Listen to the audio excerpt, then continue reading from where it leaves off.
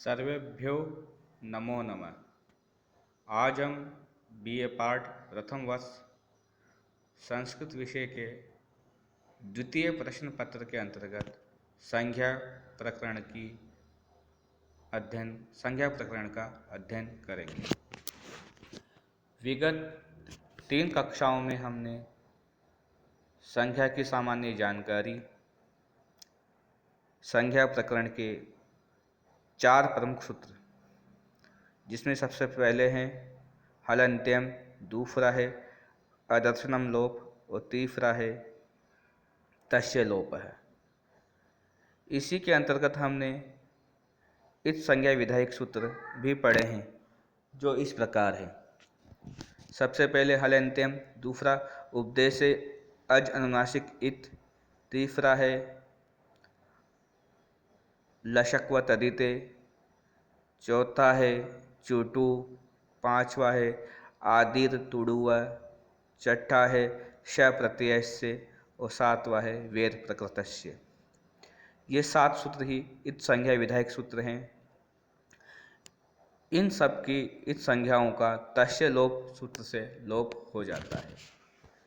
इसी क्रम में हमने जो चौथा सूत्र पढ़ा वह था आदिरंतयन संहिता, अर्थात आदि वर्ण अंतिम इत के साथ स्वयं की और मध्यगत वर्णों की प्रत्याहार संज्ञा करता है। यह सूत्र प्रत्याहार बनाने में काम आता है और मैंने बताया भी कि मूल रूप से 44 प्रत्याहार संस्कृत व्याकरण में प्रयोग में लाए जाते हैं। उसी क्रम में हम आज 5वां सूत्र पढ़ेंगे, जो इस प्रकार है उकालो अज ध्रस्व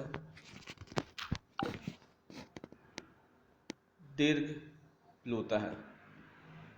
इसको हम तोड़ेंगे तो यह होगा उ कालो अच ह्रस्व दीर्घ प्लुतः, अर्थात यह सूत्र कालकृत भेद करता है।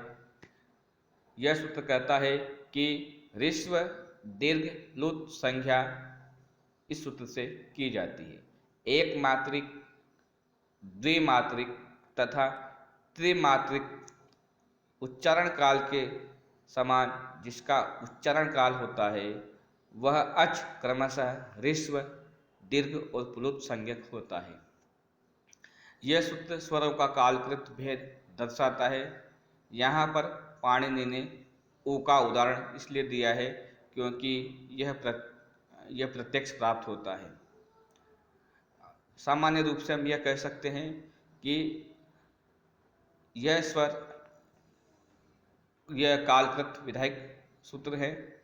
1 सेकंड का समय जिसमें लगता है वह स्वर ह्रस्व होता है, 2 सेकंड का समय जिसमें लगता है वह स्वर दीर्घ होता है और 2 सेकंड से अधिक जितना भी समय लगता है वह स्वर प्लुत संज्ञक कहलाता है। इस प्रकार उकालो अज ह्रस्व दीर्घ प्लुतः सूत्र क्रमशः ह्रस्व दीर्घ और प्लुत संज्ञक होता है। इसी क्रम में जो अगला सूत्र है वह है उच्चैरुदात्तः।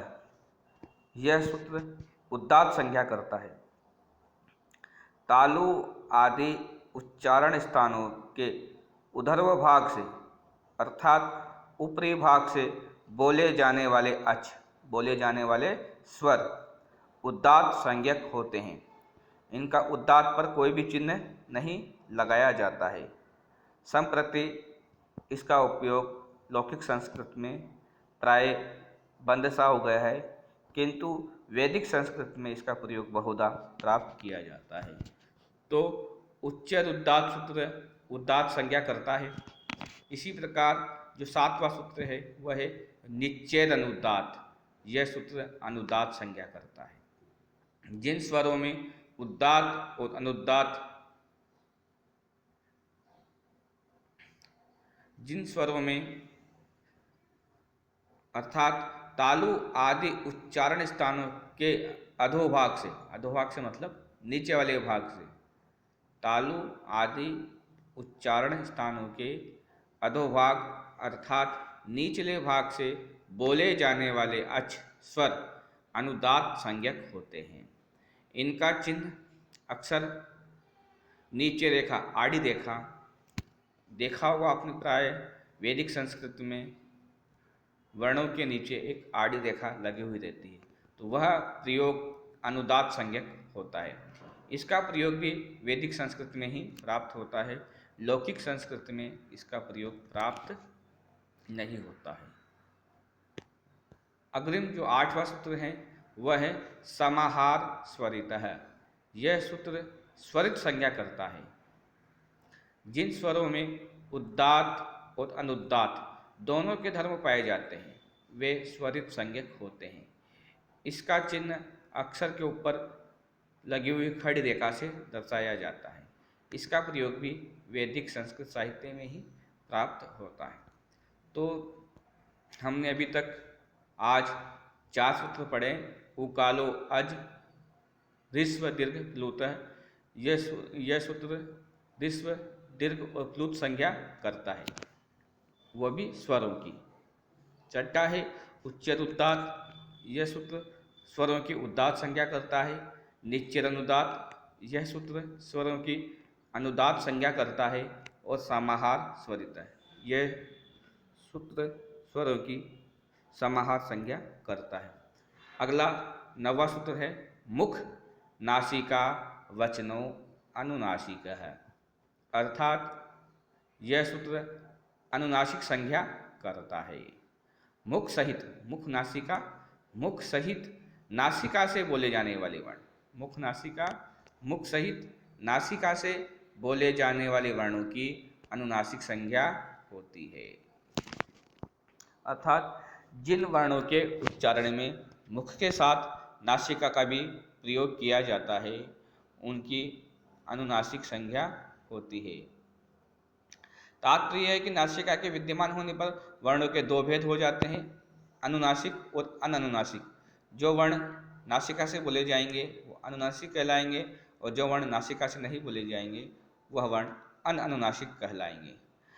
अननुनासिक जिसका उच्चारण मुख व नासिका दोनों से किया जाता है, इसके ऊपर चंद्र बिंदु लगाई जाती हैं। अननुनासिक जिसका उच्चारण केवल मुख से किया जाता है वे अननुनासिक कहे जाते हैं, इसका कोई चिन्ह नहीं होता है।